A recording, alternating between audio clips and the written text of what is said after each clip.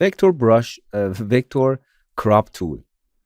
It's for cropping and deleting some part of object without deleting them, actually delete them. First, I place simple image here and create a simple part. And for example, in this, I activate vector crop tool. And from this handle or this, you can simply clip object in any direction that you want.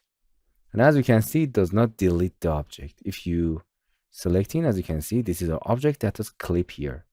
And you can see in layer. Or any image crop tool. For example, you don't need to this part of your image and you don't want to delete that. Use the crop. Done.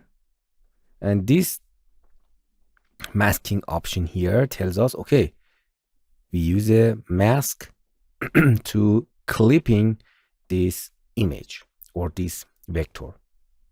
And it has no settings there. It's very simple and easy.